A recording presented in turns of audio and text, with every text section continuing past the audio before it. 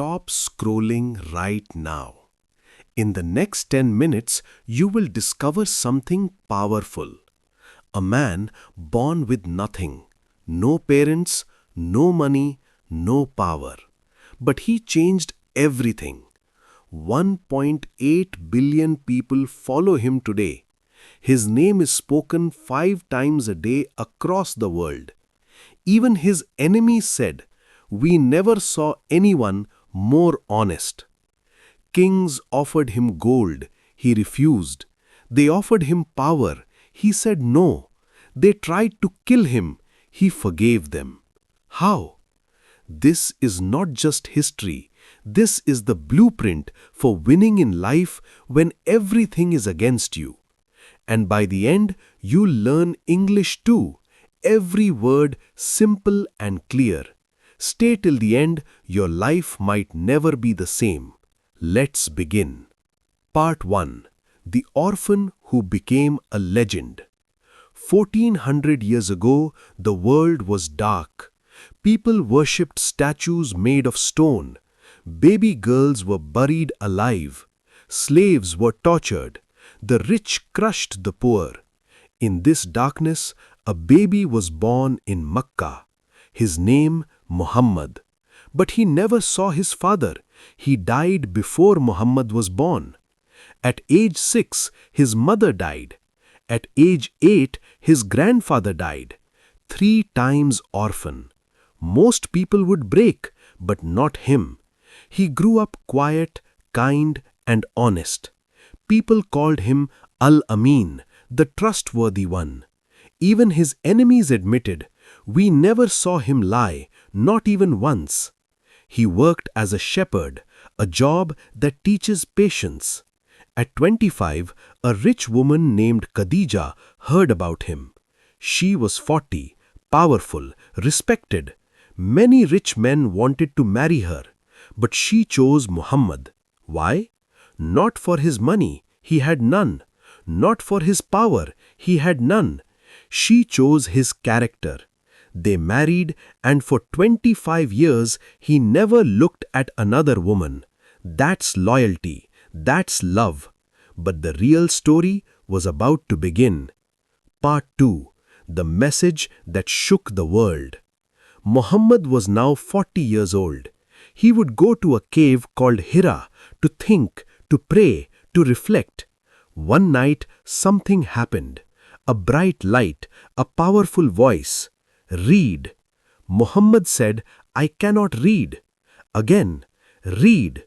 The voice said, "Read in the name of your Lord who created." It was Angel Gabriel. This was the first revelation of the Quran. Muhammad ran home shaking. Khadija held him and said, "Allah will never disgrace you. You help the poor, you speak truth, you carry people's burdens." She became the first Muslim. Then came Ali, 10 years old, second Muslim. Zaid, a former slave, third Muslim. Abu Bakr, his best friend, fourth Muslim. For 3 years, Islam was taught secretly. Then Allah commanded, "Stand up and warn the people." Muhammad climbed a hill and called everyone. "If I told you an army is coming, would you believe me?" Everyone said, "Yes, you never lie." He said, "Then I warn you, leave your false gods, worship only Allah." The people were shocked. His own uncle shouted, "Did you call us here for this?" And from that day, the war began. Part 3. The pain, the torture, the betrayal. The leaders of Makkah hated the message. Why? Because Islam said, one God, not 360 idols. All humans are equal, no rich, no poor, no black, no white. Speak truth, even if it hurts. This destroyed their power, their pride, their money.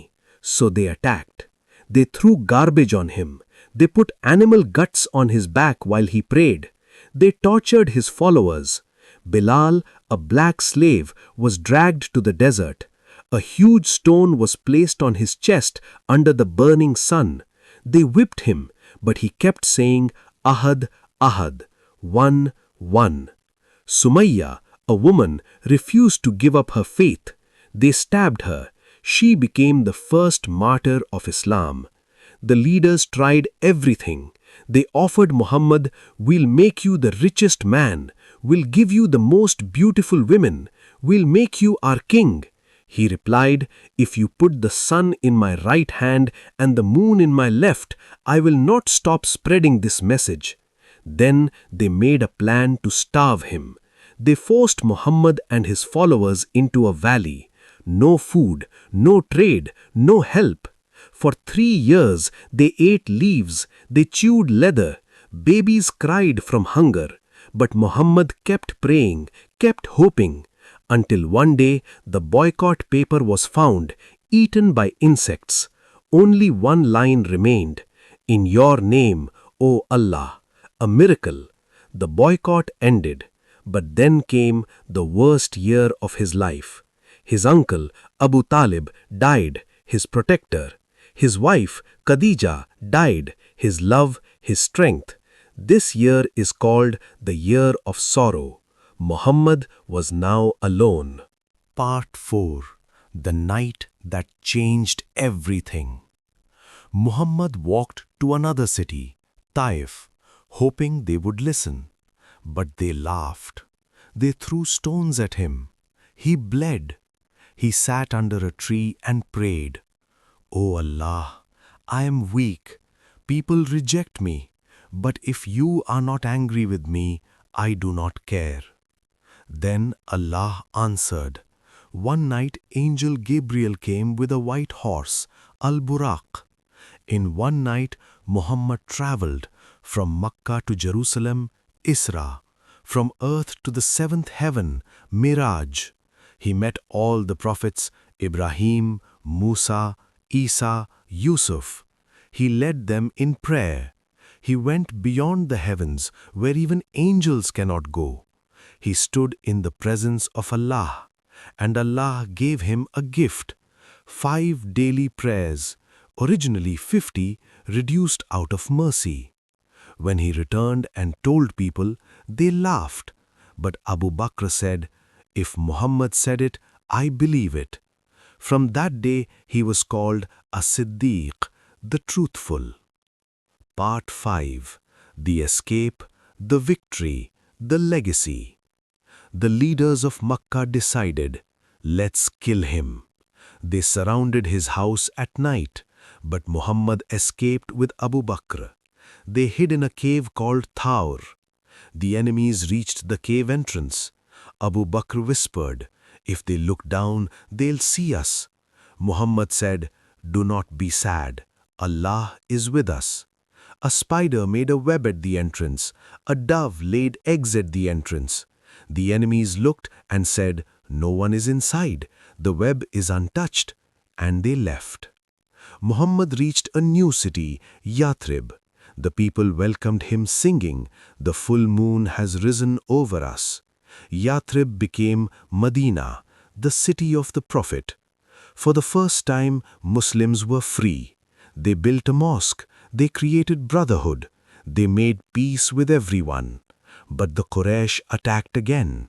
Battle of Badr, 313 Muslims versus 1,000 enemies.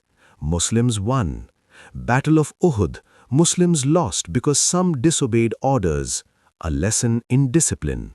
Battle of the Trench, 3,000 Muslims versus 10,000 enemies. They dug a trench. Enemies left in fear. Muslims won without fighting. Then came the Treaty of Hudaybiyah, a peace agreement. And finally, the conquest of Makkah. Muhammad returned with 10,000 Muslims. The same people who tortured him were now terrified. But he said, "Go, you are free." He forgave everyone. The idols were destroyed. The Kaaba was purified. Islam had won, not with revenge, but with mercy. Final message. Soon after, Muhammad fell ill. His last words, "This day I have perfected your religion." He passed away at age 63, but his message, It never died. Today, 1.8 billion people follow him. His name is mentioned billions of times daily. Even 1400 years later, his words are changing lives.